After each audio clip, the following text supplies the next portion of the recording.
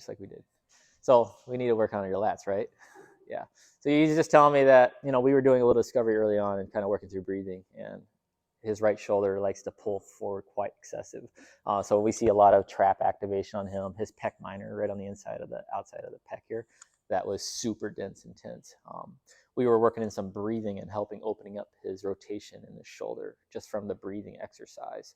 So there's a big correlation with him breathing and opening up shoulder function, which is a huge correlation that we work through. But now I'm gonna actually recruit on looking at how strong his lats produce a force. So we have a couple different tests, but the simplest one is where I would take the back of his palm, like his watch face head of his wrist, squeeze it along his thigh, so he's recruiting his lats to tighten down. I'm going to try to swing it out, and he's going to try to fight me on that. So how well can he adduct his shoulder down? Like, that's the goal. All right. So Henry, I'm going to have you lay on your back. Okay. And let's work on right arm first. Let's take the back of your wrist here and turn it to the thigh. So like that. Yep. And so you can see the exaggeration of the shoulder pitched forward. So what I'm going to do is have him kind of shrug up, back, down, and kind of recruit that base of the armpit to the table there. All right. So that's going to help keep the shoulder in position. He's going to try to keep his arm pretty strong and pulled in without like flexing the bicep. All right. So he's going to watch out, not let his elbow flare out. Try to create structure from the core of the shoulder, the root of it, right in the armpit, not from the accessory muscle of the bicep. All right, so see if we can get that pulled down. So I got a hand on the inside right above the wrist. All right, I'm going to make sure the shoulder isn't flooding forward. He's going to squeeze in along his side and try to hold it. 3, 2, 1. I'm pulling a little bit of pressure. It didn't take a whole lot of tension. I'll give him one more time. He also even had a wrist turnout just because he can't keep his shoulder there. 3, 2, 1. All right, so yes, I have leverage to pull him, but it didn't take a whole lot to do so. So I would say he probably didn't feel very confident, in that. So we'll go for the left side here, see if he's any better. 3, 2, 1, go ahead. Do you feel strong? No. Yeah, I didn't really feel that very strong. Okay.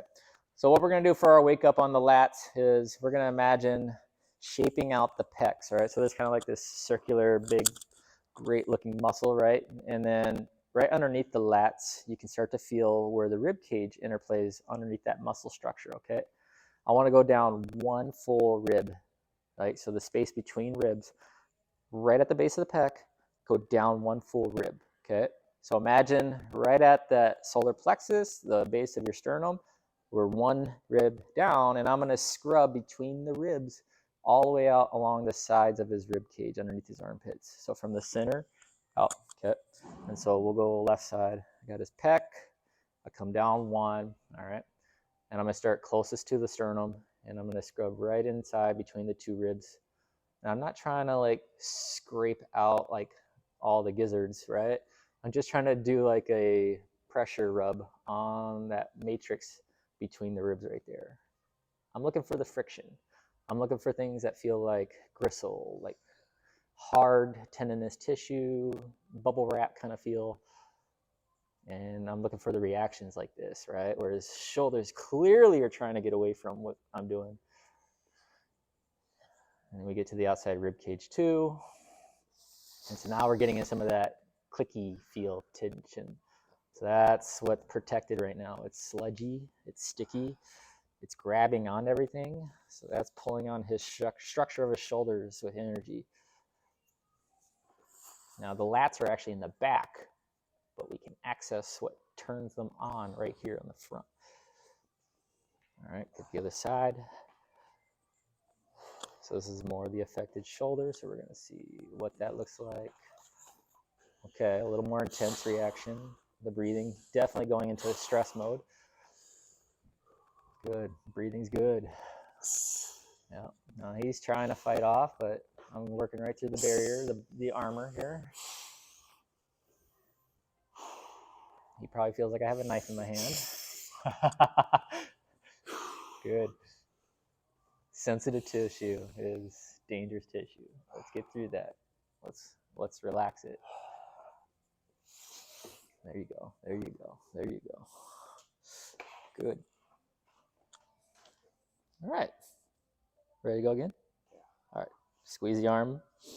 Let's keep that shoulder pulled back, right? Got the arm strong. Okay, from your base of your armpit, hold tight. 3, 2, 1, pull. That's pretty good. How much better would you say that is compared to the other side? Like 1 out of 10? Like 9.8. It's like 3 times better than it was. What'd you say? Like he had a signal going earlier, but it was just not showing what he knows he should be able to do. That I applied the same force, probably a little bit more, but he was still holding pretty strong. I still have leverage. I could overcome him. The point is to see that it's firing up. He can interact with it. That's the goal, right? 3, 2, 1, hold. See, that one he's pretty much able to overcome me completely, so it's good. So he's going to feel more free with overhead movements. He's going to feel better about producing force pressing, or even when it comes to shoulder rotation for force of throwing.